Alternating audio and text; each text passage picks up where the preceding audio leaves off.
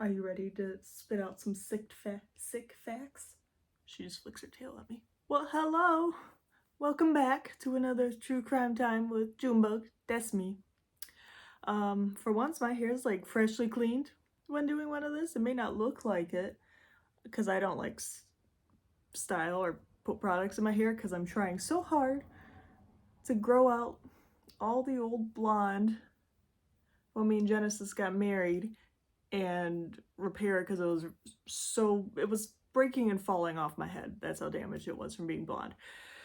So I try not to touch it at all with any product or anything. Just let it be. So that explains my hair. But it is also, again, pretty dang hot.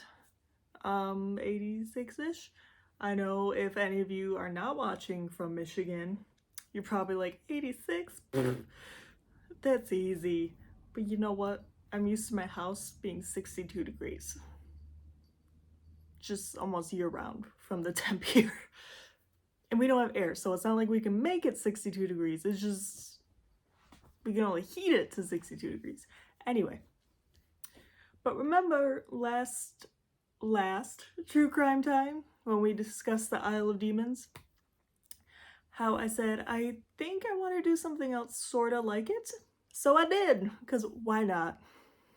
This channel's pretty much just whatever I want to do. Well, and Genesis too. So today we are going to talk about Crockerland.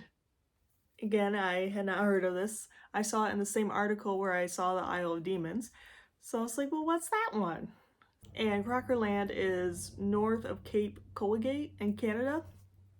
But with Crockerland, before we dive into like, what is Crockerland?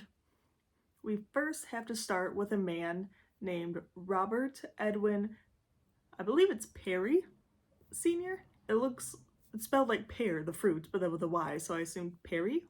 Or is it Peary? I'll just say Perry, because pear and then with a Y, Perry.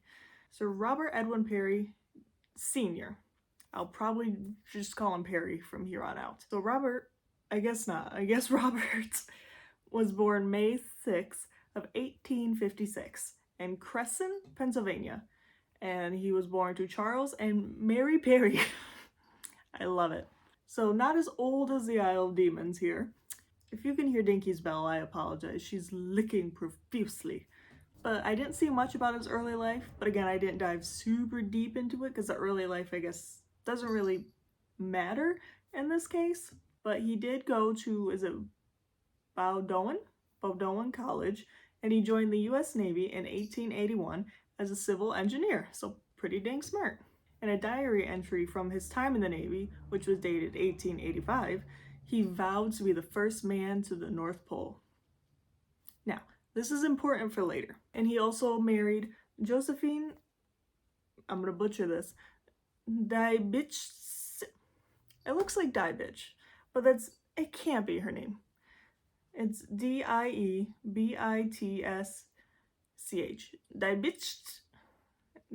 Diebitsch. They got married, him and Josephine, on August 11th of 1888.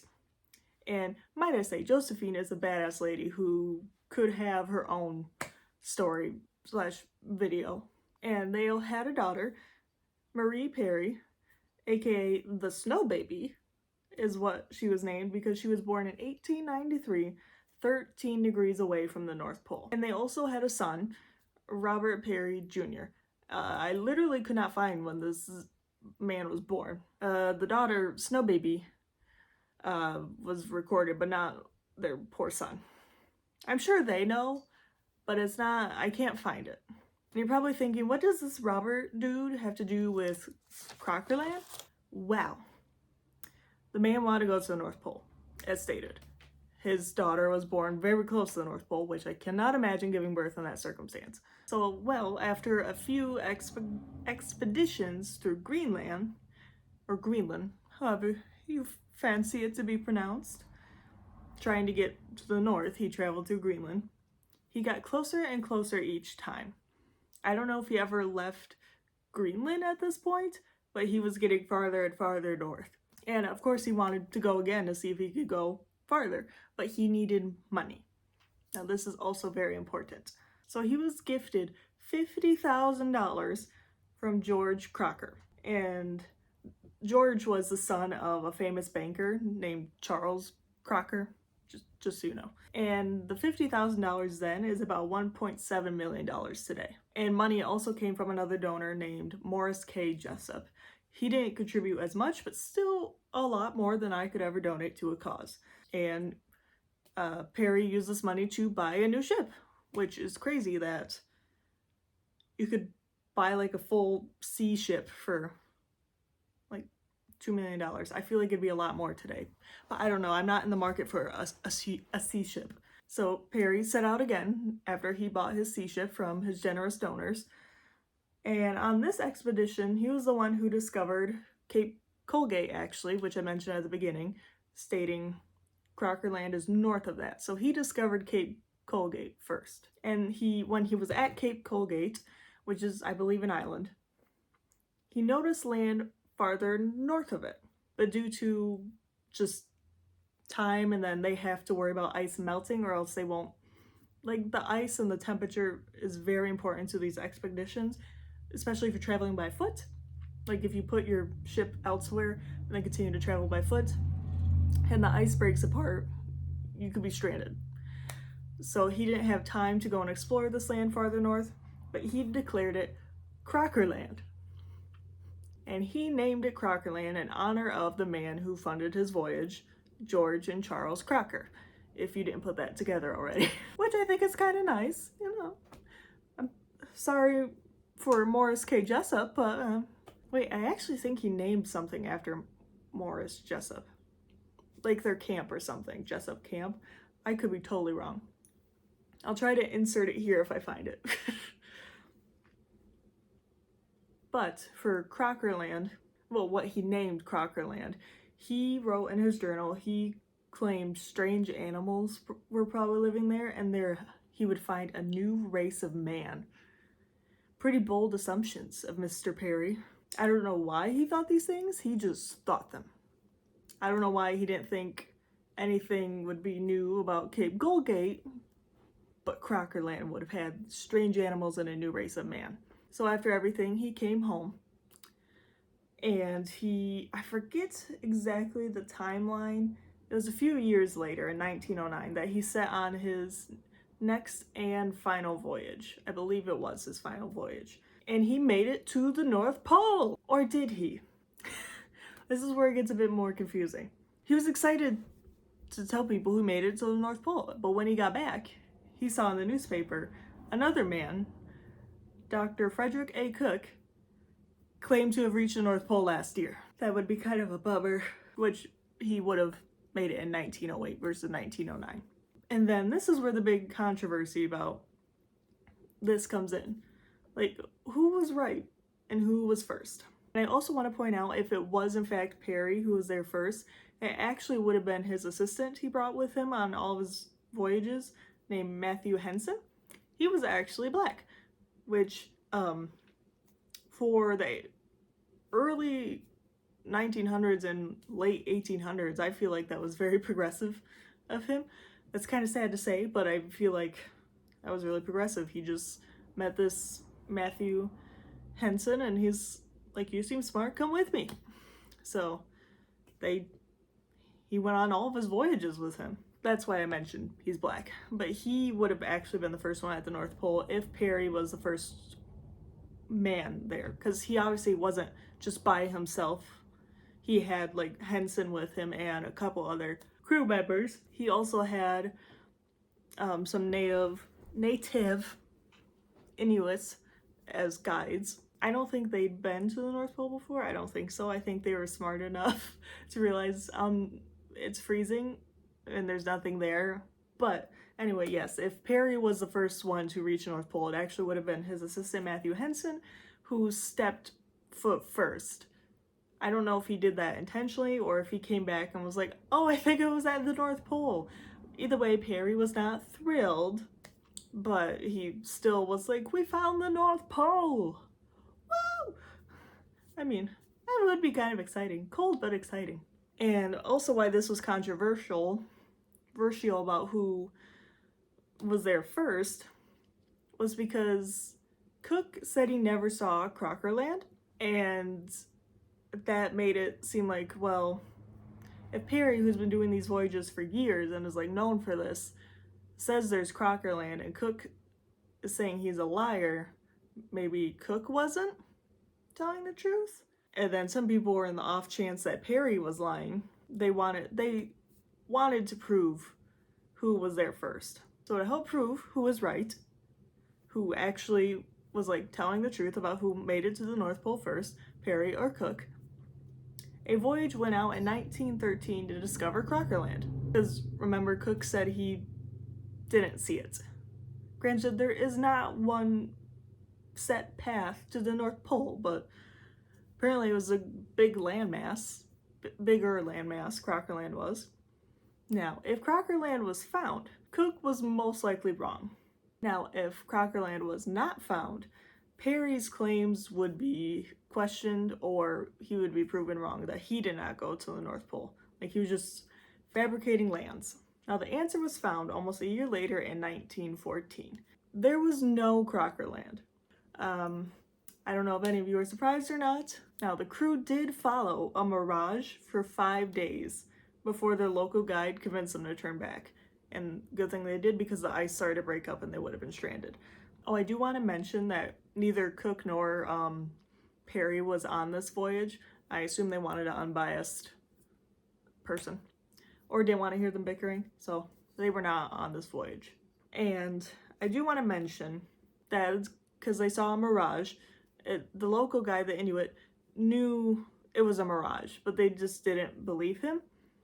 And that's because this mirage was very realistic. Crockerland was thought to have come from a rare and powerful mirage called, bear with me, a Fata Morgana, or Fata Morgana, which I Googled it to learn more about it, and it showed an image saying this is a Fata Morgana, and even I was like, I don't know if that's an illusion, but it is. Like, it's a very, very strong and rare mirage. I don't quite know the environmental circumstances that make it this strong, or like what rare circumstances it needs, but it's very powerful in the sense like it could trick you.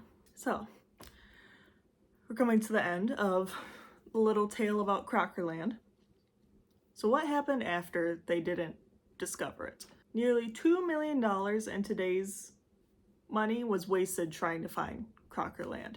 Then also was questioned, did Perry really believe he saw land? Like, was he fooled by a Fata Morgana, this rare mirage, like the crew many years later would be fooled by? Like, did he really think he discovered Crockerland? And he was like, I don't know why he said he didn't see it. I saw it right there. Or is it the most leading theory that he was doing this, like making it up to get more funding? It is believed, now this is where the slight true crime comes into it. It's not like a true crime, but I thought it was interesting. It is believed, because he was at the end of his voyage, it was the end of the season, they're running out of supplies and whatnot, he had to go back. And because he wanted to set out again and would need more money, he called it Crockerland as, one, to prove that there are still more things out there to explore, and that's why he needed more money. But two, he named it Crockerland after the Crockers, who gave him most of his money for the voyage. So it was heavily believed he made up this land to flatter them into giving him more money for another voyage. That he never saw a mirage, that he just totally made it up. Because apparently in an earlier journal it stated he didn't see anything for miles. But then in a later journal entry he thought he saw Crockerland with its probably strange animals and new race of man. So that's a bit crimey. That's a bit illegal if you fabricated land to try to get more money. From what I saw, the Crockers didn't fund him again. They were already rebuilding a bridge or something in San Francisco. I can't remember. They were rebuilding something. Like, they didn't help him again. So I don't know where he got the money for his final voyage where he reached the North Pole. but it was not the Crockers. Now, another thing.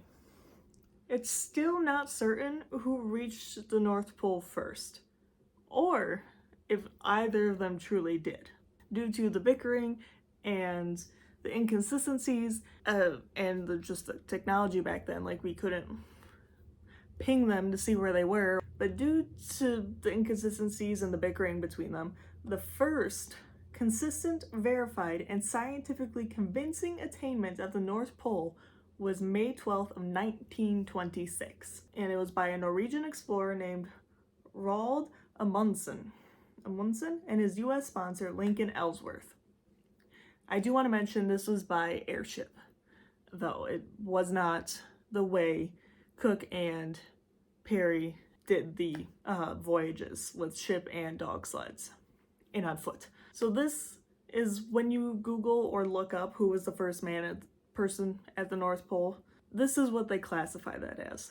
So maybe it was Parry, maybe it was Cook, maybe this is truly them in 1926 reaching the North Pole for the first time.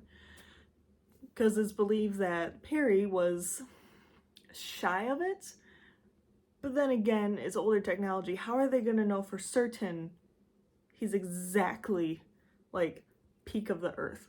Now, in 2005, so we're flash forwarded like 100 years, a recreation of Parry's expedition was done, like dog sleds and everything. And they made it to the pole. I think they cut off a few days or a week to make it. Like, it didn't take them as long. But again, they weren't forging the path. And also, global warming, there's probably less ice and stuff. But also, they were airlifted home. They did not dog sled back. They took an airplane. So it is possible taking Parry's path to get to the North Pole. Also, there is so much more to this story. I basically did the Cliff Notes. I thought this would be something smaller, like Isle of Demons. Like, not a ton of facts, but enough to make it seem interesting and provide some, like, a story, quote unquote. The more I looked into this, the more and more information just kept pouring out. There is, so much to this. When I first looked into Crockerland, I didn't know about all his other expeditions, which I guess makes sense. I didn't know about the fight between who made it to the North Pole first, how controversial it was. And like, there is so much to this story, and it could be a full documentary length. And that is not what you probably want to see from me. I have very low budget. So if you want to look more into this, which I do highly suggest you do, it is fascinating. And just the fact, like, I could do more about Josephine, I could do more about their children, I could do more about just the controversies surrounding Parry not with the North Pole. Because him and Henson, remember his assistant, Matthew Henson, they fathered children when they were staying with the Inuit. There's a book about that. There's the controversy of he brought back some of the native people to, quote unquote, study them. I think they were eventually sent back. So don't worry, I don't think they stayed here forever. Like, there is so much to this story. And just surrounding Parry and trying to make it to the North Pole. Like, his mistress, I think she was like 13, 14, the native girl who was the mother of his other children. Like, it's crazy. And then there's stuff he did after all the expeditions. There's so much, guys. I'm like, I don't have time. I will not do it justice. I know my levels of skills, and this is way above my levels of skills. I just wanted it to be similar to Isle of Demons, and I got so much more when I looked into Crockerland. And honestly, very little about Crockerland, which makes sense because it is not real. But if you are interested in learning more about this, either you could do your own research, or I found 2 documentaries / movies, docuseries. I had to do some digging for it, but one in 2006 was called The Prize of the Pole. And then there's another one in 1998 called Glory and Honor, which I tried to Google that by itself, And there's another movie called Honor and Glory. Like, these are hard to find. I don't know if there's any place you can currently like stream them or rent them or anything. But if it does, and you want to learn more, go for it. Well, that is it. Sorry, I'm just everywhere today. I'm very sweaty. Long day of work. Dinky's being weird, per usual. And this isn't obviously like anything I've covered before. I thought Isle of Demons was a bit unique, but then diving more into this and actually speaking it out loud, this one was weird for this channel. So tell me what you think. Unless you want to do more research first. Tell me what you think. Do you really think Perry thought he saw Crockerland? Did he see one of these rare mirages? Or do you think he did it solely to earn more money? I personally am leaning more towards... Actually, those pictures were pretty intense. And if you're just looking at it from a distance and no one's ever been there before, you're like, yeah, sure, there's an island there. I wonder if it was a mixture of both, where he was like, that could be land I'm seeing. And you know what? I'm gonna say it's land so I can get more money. And obviously, other things he did were crimes, but they weren't really covered in this because, again, so much. I'm sorry I could not do it justice. I was way in over my head, but I didn't realize that until I started doing research. I hope you sort of enjoyed this. Next true crime, don't know what it's gonna be. It's not gonna be like this or the Isle of Demons. It'll be more of a standard true crime time with Junebug. Yeah, so that's it. Really don't know how to end on that. Sorry about my cliff notes. Anyway, see you next time. Bye.